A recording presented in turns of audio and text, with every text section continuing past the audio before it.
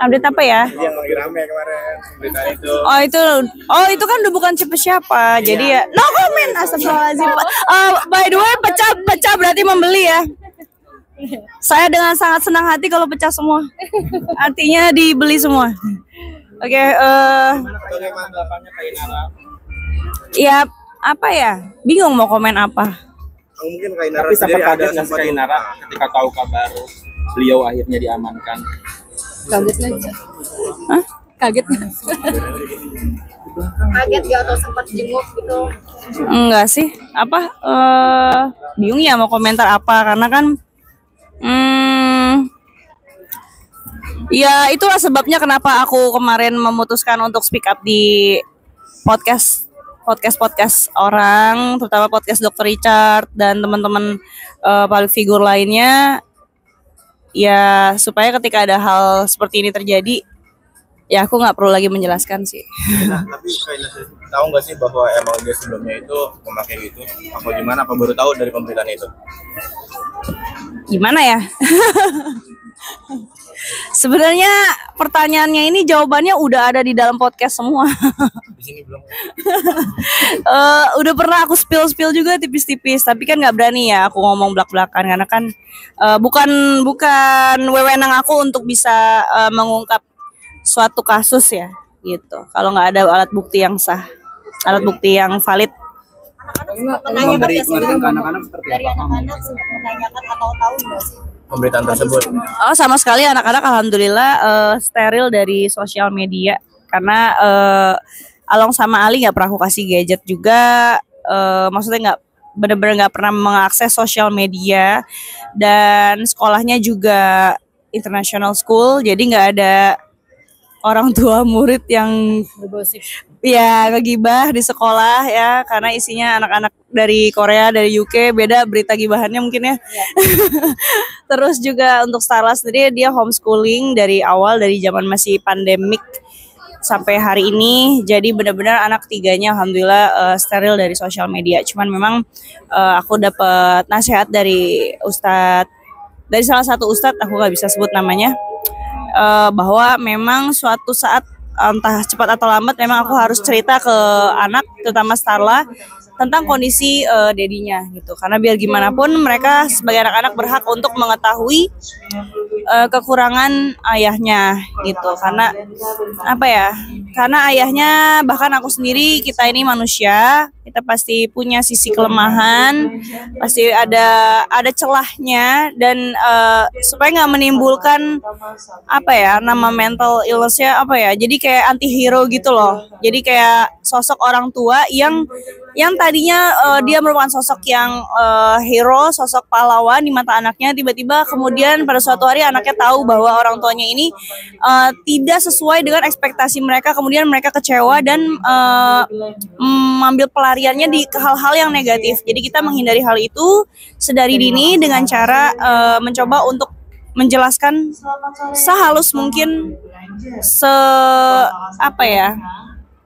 sedetail tapi sehalus mungkin ke anak-anak tentang kondisi dedinya gitu. Komunikasi sama keluarga sendiri masih untuk mengatakan itu ke anak-anak? Bismillah ya, siap nggak siap sih insya Allah. Mudah-mudahan Allah mudahkan aku lah untuk bisa menjelaskan ke Starla. Itu kemarin Irgon sendiri kan ada rujuk kayak itu gimana Kak?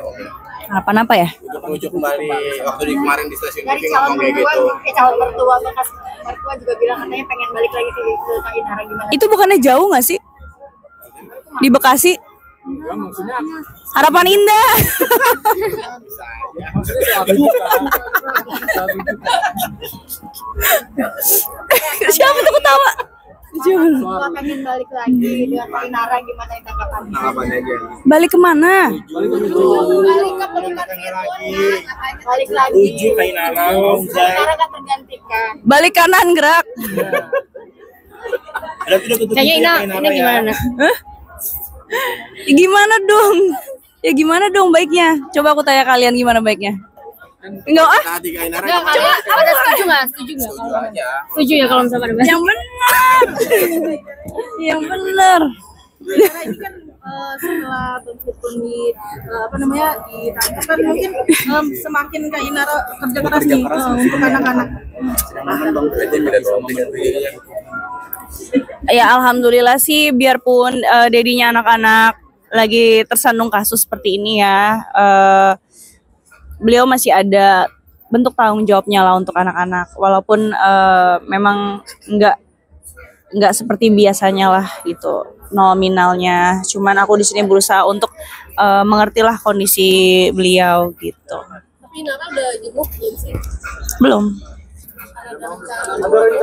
Ya itu makanya aku bilang aku lagi cari waktu dan cari momentum gimana caranya untuk bisa menyampaikan ini ke Starla juga, karena rencananya mau jenguk sekalian sama Starla gitu. Kak, ini kan jawaban tadi Kakak kayak masih ragu ya Kak, apakah memang masih ada peluang untuk rujuk lagi atau seperti apa nih Kak? Dari dalam lubuk hati yang paling dalam dari itu. Gimana ya, kalau dari aku sih enggak, terus dari segi agama juga kan udah nggak bisa. Ya bisa-bisa aja, tapi akunya harus nikah dulu sama orang, gimana dong?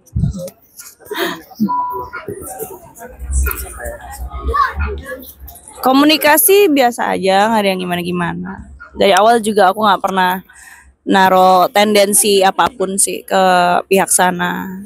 Berapa nggak komunikasi sama minyak waktu kemarin tuh pemberitaan tersebut? Gimana ya, satu-satu tunggu. Baik komunikasi sama keluarganya. Masih baik. Jadi kemarin sempat ada komunikasi waktu Firpun ketangkap sama Kakak atau maksudnya? Nggak ada sih. Ya aku rasa juga harusnya nggak kaget sih. Karena Jadi udah tahu itu ya dari lama bahwa memang dia memakai istilah itu. Pokoknya jawaban itu udah ada di podcast. Kak, ini kan kasusnya makin banyak nih. Maksudnya merasa berat gak sih secara kan mantan suami di pesantren gitu. Jadi kan istilahnya jadi sendiri kan ngebiayain anak-anak seperti apa Kak? Apa di pesantren?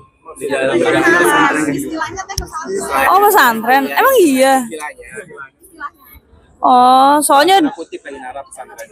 Oh, ya soalnya yang aku ingat seperingatan aku dulu sebelum aku memutuskan untuk akhirnya ini mencuat masalah ini, ya aku sempat mengajukan gitu syarat berdamai dari aku, ya dia masuk pesantren kayak gitu, direhab 3 bulan di sana tanpa gadget. Terus kemudian aku minta untuk mediasi juga ke pihak keluarganya, ke pihak manajemennya, kemudian ya ke pihak-pihak yang berkaitan lah gitu.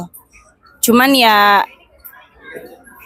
karena aku gak menemui jalan keluar, ya aku ngerasa solo karir ya. Aku ngerasa nggak menghadapi semuanya sendiri, ya sudah nggak ada pilihan. Merasa berat ya sih Kak sendirian? Enggak lah, kan Allah sedikit demi sedikit kasih jalan keluar. Kak, mengenai yang ramai dong kemarin sempat dijodohin sama Desta nih dari netizen, seperti apa sih Kak? Wah, nggak berani komen karena Aca sendiri teman ngaji aku. Jadi aku menghargai beliau aja.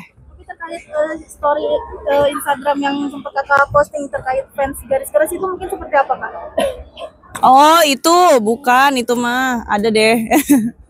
Kayak Nara mungkin doanya buat Ya, harapan dan doanya. Ya kalau doa apa pasti mah yang baik-baik. Kalau orang bilang pasti nyukurin ya apa segala, nggak pernah sih. Alhamdulillah aku nggak pernah mendoakan siapapun entah orang ini baik atau enggak terhadap aku, karena doa itu kan akan diamini oleh malaikat dan berbalik lagi ke diri kita. Jadi ya sudah sepantasnya aku untuk mendoakan yang baik-baik aja sih sama siapapun itu gitu. Oke, makasih Nara. Terima kasih semuanya.